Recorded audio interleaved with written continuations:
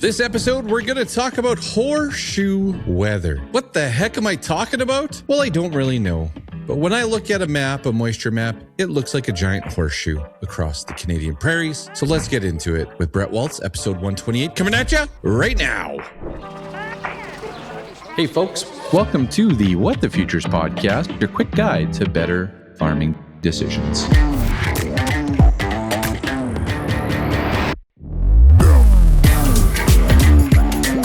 All right, folks, welcome into episode 128 of the What the Futures podcast. And my name is Ryan, and I'm the host here over at What the Futures. I hope you're having a wonderful, positive Friday. This is episode 2 for you on Positive Friday, of course, recorded each and every week in the UPL studio.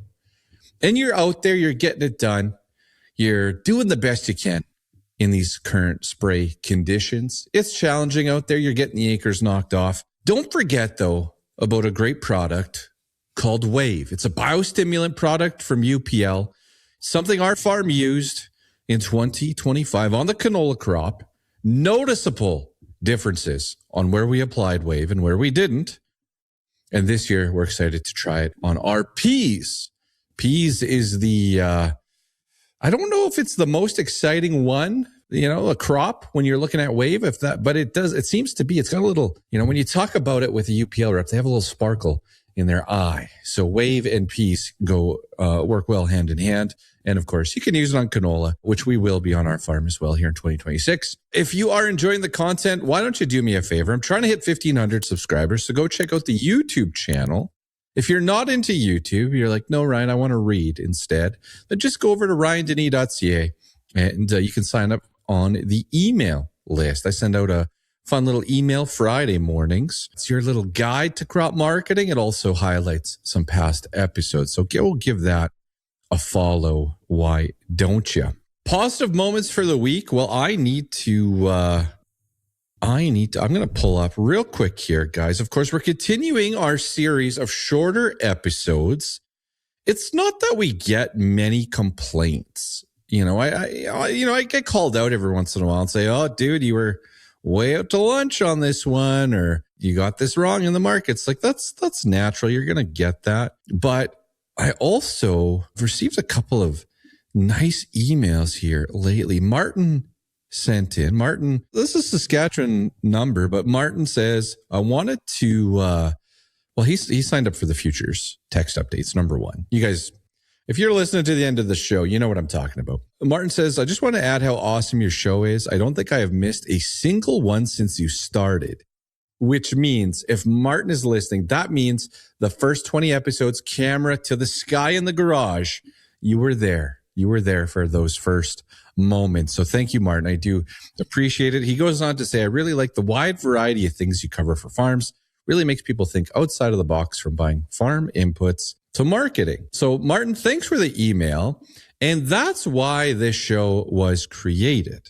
That's why I started this thing, was to kind of provide some transparency on how I see things and, try to, help.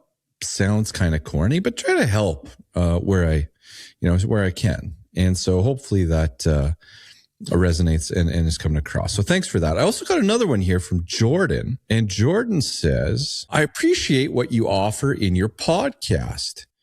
Since listening, I have set up an account with Simple Hedge. I got going with Quinton at JGL, and I now get quotes from Laura Lee from Fuel Nexus. All things that I believe will help with our farm's bottom line. Looking forward to the conference in Brandon. Keep doing what you're doing. Well, again, Jordan, thank you very much. Positive moments this week. Those two guys writing some emails to me and just really pumping my tires. I might even be blushing here a little bit as I record this because, the praise is and comments is appreciated. Thanks for sending those in. You helped fuel the episodes here a little bit for this week. So I do appreciate that. All right, folks. Well, we have Bret Walts with BAM Weather that's going to join us here just to give us a little bit of a forecast, an early summer forecast, what to expect for the next couple of weeks of June, and also what could we start seeing here in July and August. Weather obviously always plays a big part in growing a crop. We have some wonky weather this year. We have an El Niño. Bret's going to talk about that, the implications that could be coming for the prairies and for the U.S. later this year, later this summer, and how we can kind of manage around that. It's been a year of extremes already. Does that continue? To what degree? We're going to find out in just a moment. This video as well, just in case you're wondering, Lunchbox Crew guy saw this earlier in the week. We do these webinar style calls, and Lunchbox Crew members participate in the calls, ask questions, and you'll see that. You'll see that throughout the recording. I pull up a few names and some questions get asked. So I wanted to give you just a little bit of a sneak, like a sneak peek, like a behind the curtains kind of thing. People ask, what is the Lunchbox Crew? It's my spin on crop marketing, but it's more than that. It's a community, farmers, talking to each other. This week, the spray, how to set a certain sprayer up, how to set up a certain monitor, tips and tricks on spraying and all sorts of conditions. That was a hot topic here in the Lunchbox Crew. So it is very much a community. I throw in, articles, writings, short things about what's impacting markets. I've been highlighting the canola chart and how it keeps back testing this trend line on this market decline. Tossing strategies in there. And then I'll also put up my hand and say, hey guys, I think you should sell some barley. This is why. I think you should sell some lentils. This is why. And so this is just a little bit of a sneak behind that. So I hope you enjoy this one. Again, keeping it short and sweet for you here. Double episode Friday. First. It's a first for us, I think. Hey, double episode on Positive Friday. There we go. Anyways, let's get into it. Bret Walts with BAM Weather. Well, Bret, we've got a couple people joining here. So you're in for a severe, weather event in your backyard today. I guess you're experiencing it right now. Has this been anticipated? Like the storm system so far, is this a quiet time or quieter than expected, or is it more active or somewhere in the middle? I would say for us, it's especially north of us, a little bit more active. And there's a couple of reasons for that, and I'll go into it from a Canadian perspective as well. But the El Niño that we've been talking about has trended exceptionally strong, very fast over the past couple of weeks, not only from an ocean standpoint, from an atmospheric standpoint. And in my opinion, it has kind of shifted the entire pattern a little bit further east. We thought that the plains might be the more active spot from a severe weather standpoint, but the jet stream is so strong related to the El Niño. It's just shifted over into our neck of the woods. And this system that's moving through right now for us in the Midwest is the going to be the record strongest low pressure system for this time of the year in this part of the country. So very, very unusual to get something like this time of the year. Okay, fair enough. Okay, well, it looks like we've got a half dozen or so folks that have joined. Everyone's busy spraying right now, so maybe you can shed some light on our window for spraying here the next few weeks. But I'll turn it over to you, Bret. Thanks for joining us here once again and providing us a little bit of perspective here as we go through the next few weeks. And then I'll circle back at the end with a couple of comments about this horseshoe weather pattern we have. I don't know what you guys call it, but it looks like a horseshoe to me on the map. So I'll take it away. Yes, I believe the Omega block is what us meteorologists refer to it as. That was a big deal early in June, especially. And I think part of the reason the weather has gotten so active in the United States is because we're starting to push that out. And as we push that out, things start to get more active. So taking a look here at the last 30 days of observations, it's been warm. It's been warmer than normal for much of the Canadian prairies. There have been some spots that have averaged out a little bit more seasonable, a couple of blobs here and there, slightly cooler. Some of that may be feedback from some of the snow that you all had very late in the season. But the pattern, and I think we had talked about it last time, finally started to warm up a bit, especially in the early portion of June. We had some well above normal temperatures set up across the southern Canadian prairies and the north central part of the United States. Ultimately, that is related to that Omega block pattern or the horseshoe pattern. I like that. I may have to start using that, being from the southern Indiana, northern Kentucky area. horseshoes and horses are a big deal down there. So I may have to start using that. But that ultimately the culprit of the very warm pattern. But we do see a change coming. At least for a time. I wouldn't say that this is a long duration change, but for the Canadian prairies, it's going to go back to a cooler than normal pattern over the next 7 days. Pretty cool the further east that you go into parts of Manitoba. I wouldn't say crazy unusual. You're looking out towards Saskatoon and Edmonton and Calgary, a couple of degrees cooler than normal, but certainly not well above normal like we had at times early on in June. And down into the U.S. ag belt, you can kind of see the northern portion of it on these maps, pretty consistently cooler than normal as we head over the next 2 weeks, the last 2 weeks of June. But I do think the prairies are in a spot that the pattern can warm back up. I don't think it's a substantial heat. I really don't see that. I think if that is going to set up, it's more so into the western half of the United States and into perhaps the Pacific Northwest. But for the prairies, a couple of degrees warmer than normal, all things considered, not too bad for this time of the year, I would say. We're not going back into that Omega block type of a pattern that I can see right now. The blocking high is actually getting kind of trapped well north in Canada, closer to the Arctic Circle. And that is going to make it a little bit more difficult to get notable heat waves into the northern US and Canada over the next few weeks. However, with this transition, I do think that the pattern is going to get more active again, especially for the Western Canadian prairies. And so the next 7 days, some decent moisture across portions of Saskatchewan and even into Western Manitoba as well. I think that we've got a pretty widespread corridor of above normal rains the next 7 days. And then if we look at the last week of June, I wouldn't say it's soaked, but I would say adequate rains for the vast majority, maybe the far southern portions of the prairies, south of Saskatoon and Calgary, ultimately average out slightly drier than normal or near normal. But certainly from a drought perspective, I don't see anything overly concerning right now. I think that perhaps maybe the far southeastern Canadian prairies, north of the Minnesota and northeastern North Dakota border, may average out a bit drier the next 2 weeks. The next 7 days, you're kind of in the far southeastern portion of where the better rains are going to set up. But all in all, pretty decent forecast from a rain perspective. Now, if you're wanting to get out and spray or you need to cut hay or whatever the case may be, maybe a little bit more challenging to find extended dry time over the next 2 weeks. Okay. As we roll this forward, I do expect that some of that can start to back off a little bit as we head into the first 2 weeks of July. The pattern, I would say, leaning slightly warmer than normal, but again, I wouldn't favor excessive heat.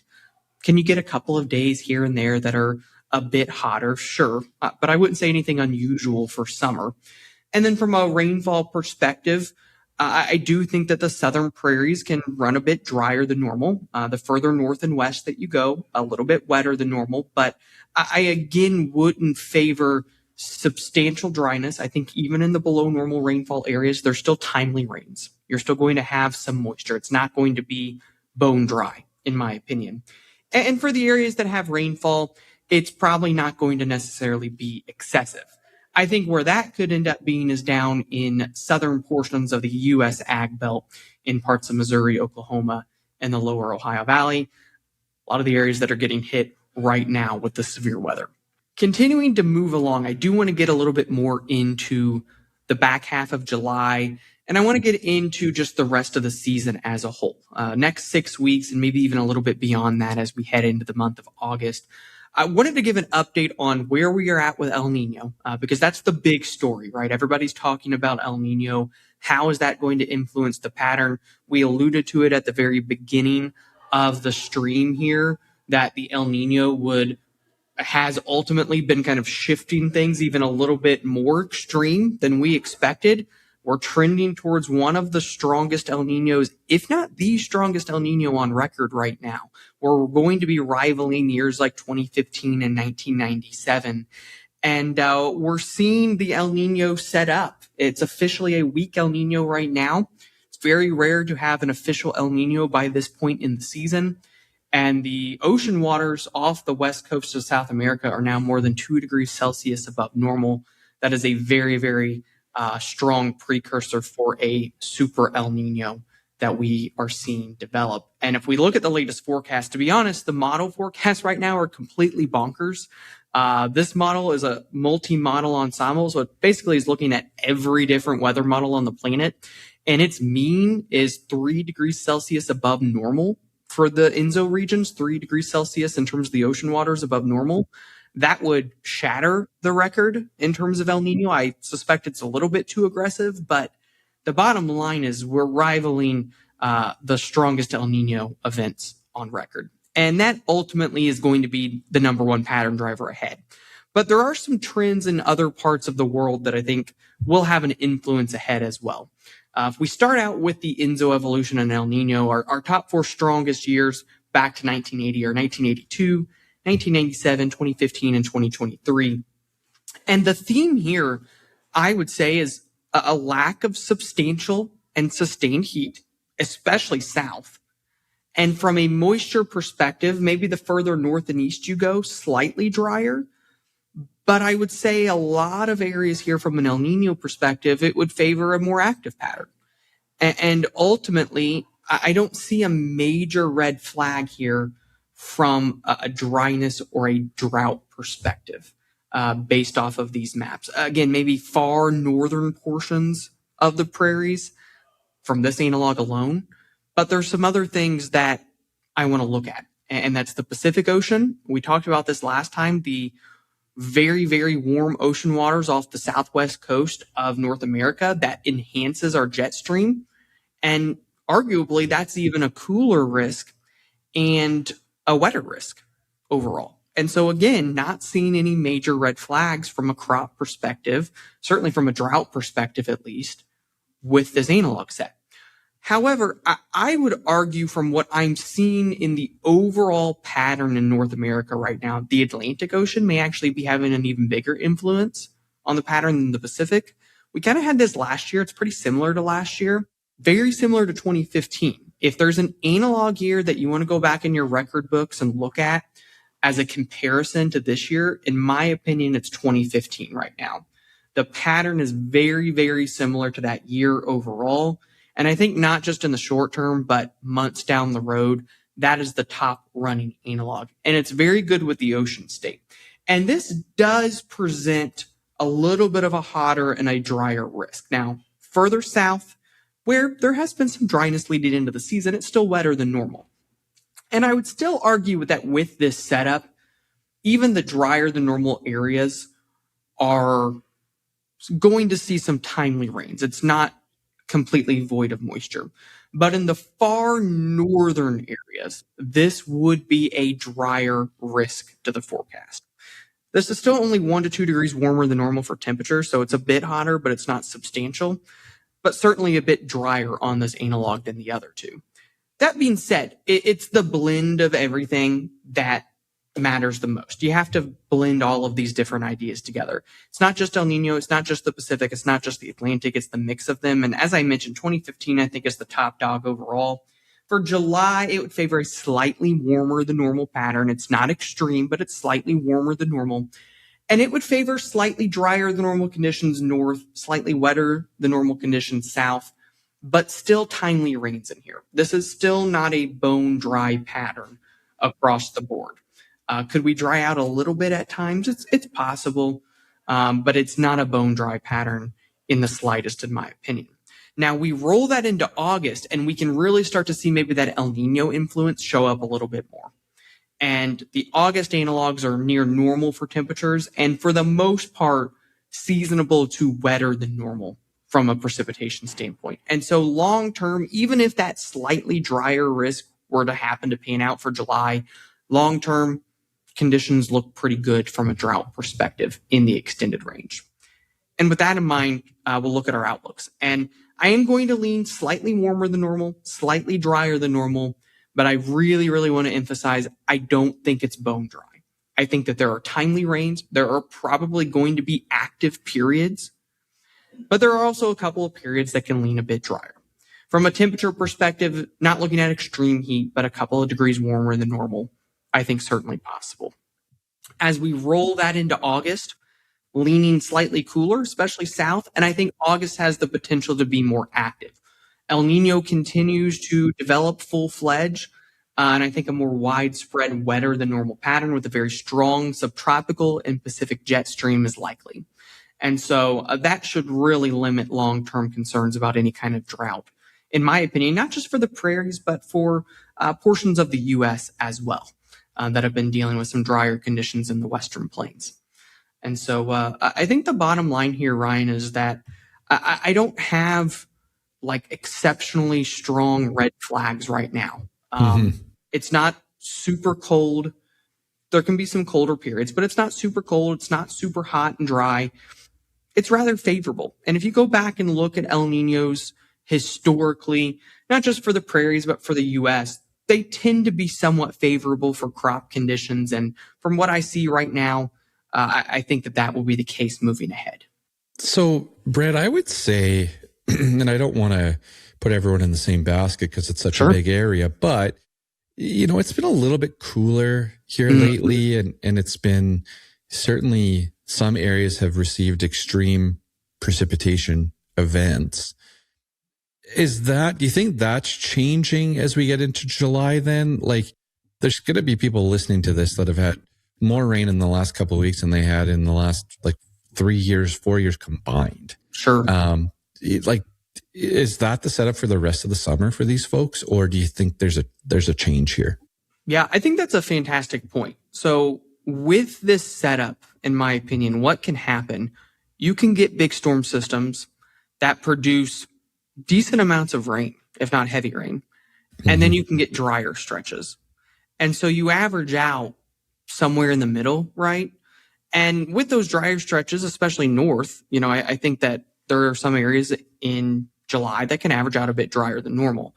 I think that what can happen is you get windows where you get a lot of rain and then you're pretty dry. And you have some of that back and forth.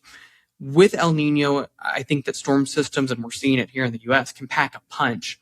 They just may not be super consistent until we get into August. But I think that extremes, one way or the other, are certainly a risk when you talk about the setup that we are at right now. Averaging it all out, when you finish things up, may end up in a decent spot, but you might have some impactful weather systems that move through, and you might have some periods that are rather dry. So we have kind of cooler temperatures, precipitation events, to finish off June. I think most people listening would appreciate a little warmer, drier July just to kind of keep moving things along. And I'm not sure everyone's going to like seeing, moisture in August to a point, right? Like our crop's a little bit delayed. So the talk right now is that, we're going to get quote unquote smoked by a big heat event in July with our later crops. It certainly doesn't seem to be the theme right now that you're presenting, which makes me feel a little better. Warmer, a little bit warmer is okay. It's those extreme events. And I think most would welcome this. I will be curious to see what happens in August, how that setup looks. And at some point we'll want the tap to turn off so we can finish these crops off and get harvesting. Sure.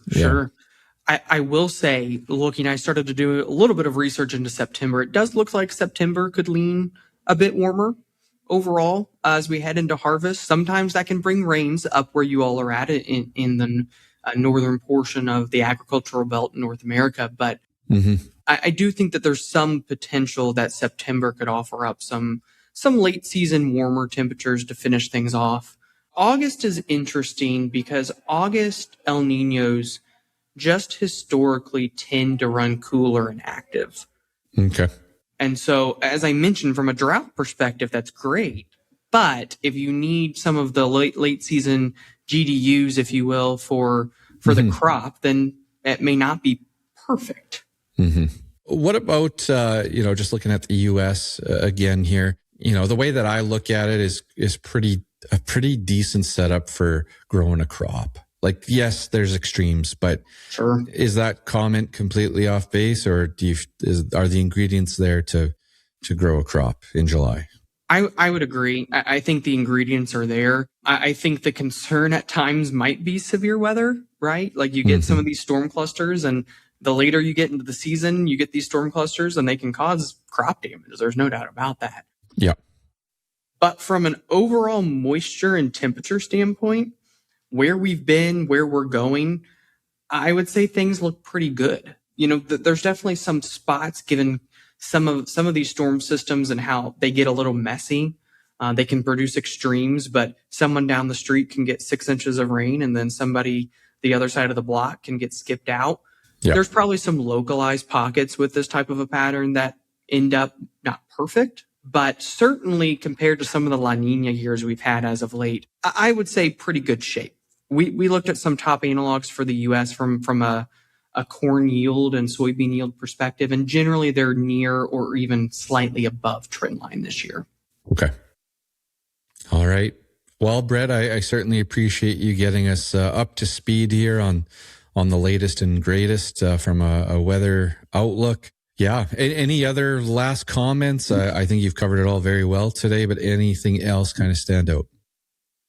No, I think that the biggest thing to watch into July, and if there's maybe a risk one way or the other, if there's going to be a trend for the prairies, I do think it would be more so on the cooler and the wetter side compared to the hotter and the drier side. The blocking that we're seeing right now in the Arctic, I just don't see it being likely to see sustained heat. Yeah, you can get some short-term heat here and there, but sustained big heat waves, more common in La Niña years.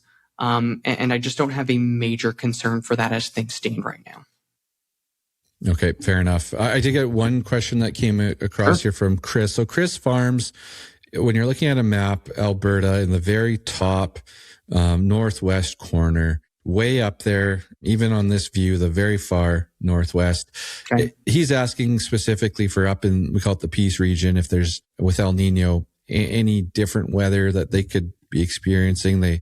From the moisture perspective, they've been a little drier on the west side and then getting wetter towards the east. And then that horseshoe, I guess that east side's getting that moisture, but the west maybe isn't as much. So I don't know if you can drill down into that region, or if you want me, Bret, to ask you that question on the clarity chat, and then I can circulate that to the group after. It doesn't matter to me.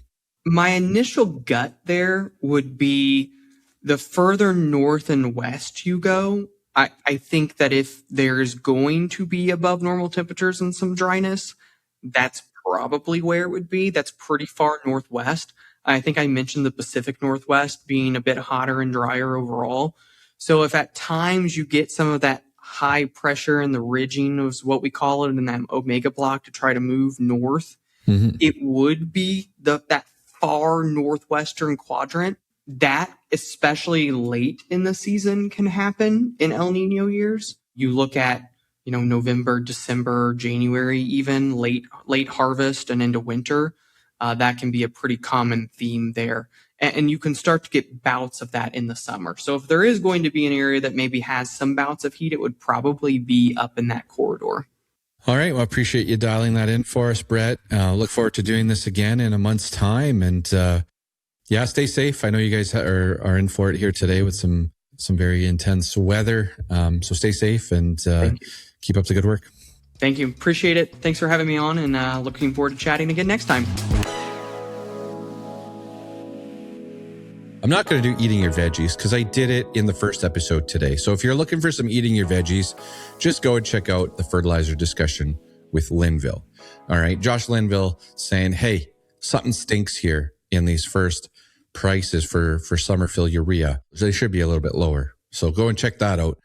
We recorded that here earlier today, and you can find that wherever you get your podcast or on YouTube. Now, if you're liking this, these shorter episodes, again, this is video 2 of, what did I say? 6, right? Because I'm doing 3. I'm going tomorrow to do 3. That's going to be about cows. Fingers crossed, number 4 is going to be about, actually, it's a crop marketing update from me. That's the next one. Crop marketing update from me is coming out next. After that is going to be an update on making a plan on buying fuel How do you plan your fuel purchase decisions in the year? That'll be the one after that. Then we're going to talk about cows. And then from there, I've got one more. I think it's the kickoff to the Crop Marketing Made Cool conference. Yeah.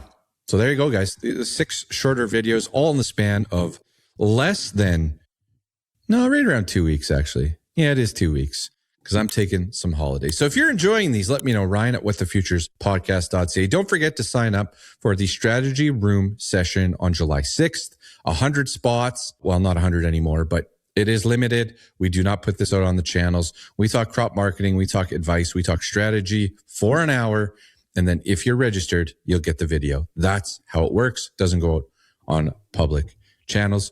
Also, a big thank you. Sarah Cachet with Trigger Grain is going to take over a cup of coffee for me on Tuesday as I get a little camping in with the family. All right. A little bit of camping, a little bit of R&R.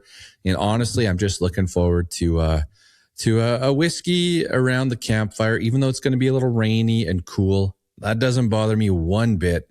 I know how to stay warm in those conditions. All right.